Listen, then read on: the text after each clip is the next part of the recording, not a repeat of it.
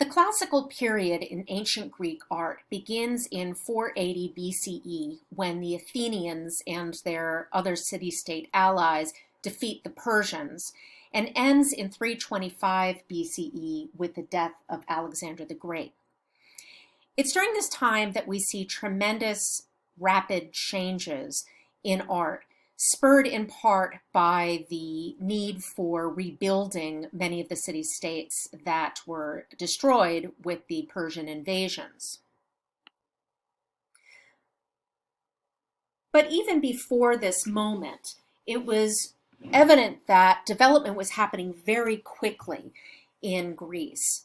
And if we look at the Temple of Aphaia, which you saw in an earlier video, there were tremendous developments that happened just in the span of a decade, in which we see on the same temple both archaic figures, which you see on the up above with the dying warrior, and then on the east pediment we see a figure that seems very much classical.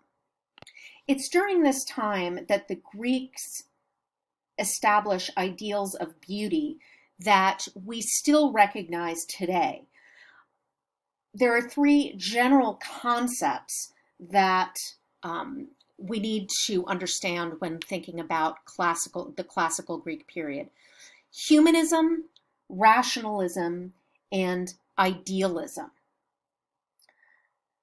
I think I've mentioned before the idea that man is the measure of all things, and the human form, particularly the male human form, is seen almost as a metaphor for perfection in all areas of the arts, whether it be ceramics or architecture or, of course, the sculpted human form. This is actually a proverb that was carved in the Temple of Apollo. And it refers to the idea that everything should be in balance and nothing in excess. And Apollo himself exemplified this ideal. The Greek gods, of course, were meant to be the most physically perfect bodies. And Apollo was really the ideal of all of these gods. He was athletic and he had balance in both his mind and his body. Apollo was the god of athletics, of music, of healing. He was the sun god and leader of the Muses. The Greeks valued reason over emotion. They didn't deny emotion, but they felt that it should not be recognized in excess. Rationality was valued above everything, and there was the idea that all aspects of life had to have meaning. It could be explained through rationality. Even the things that couldn't be explained, they could blame on the gods, because the gods were always causing trouble. In the arts, everything was based on close observation of nature. And this, again, is how they sought to distinguish themselves from other cultures around them. If we look at Egyptian art or art from the ancient Near East, art was made from memory. It was not made from close observation of nature. And through this close observation of nature, the Greeks sought to create the universal ideal, which is the perfect specimen combined from all of the perfect parts of a large sample of specimens. So the perfect ideal was not something we expected to see in nature, but rather is realized by observing the world around them and finding the most perfect parts and combining them to create a perfect whole. We see rationalism in the creation of standards that can be used in art in the classical period.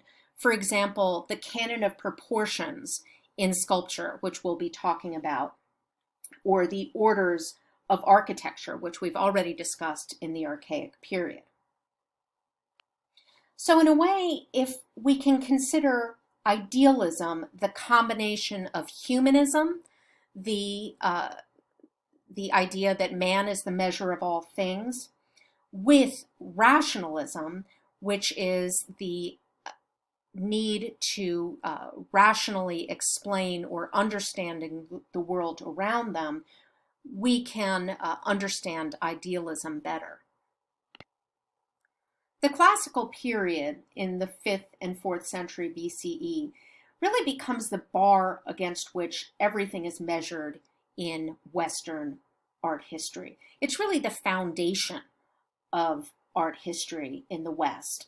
And whether an artist is influenced or reacting against Greek classicism, it must be referenced in some way. In the first decades of the 5th century, the Greek states were threatened by the expansion of the Persian Empire, and the Persians kept invading Greece. In 480, the Persians entered Greece and destroyed many of the city-states. And so in 479, just a year later, the Greeks combine and win and begin to rebuild. And this is why we see such a high standard of production and such rapid changes, because there was really a sense that in some places there could be a blank slate.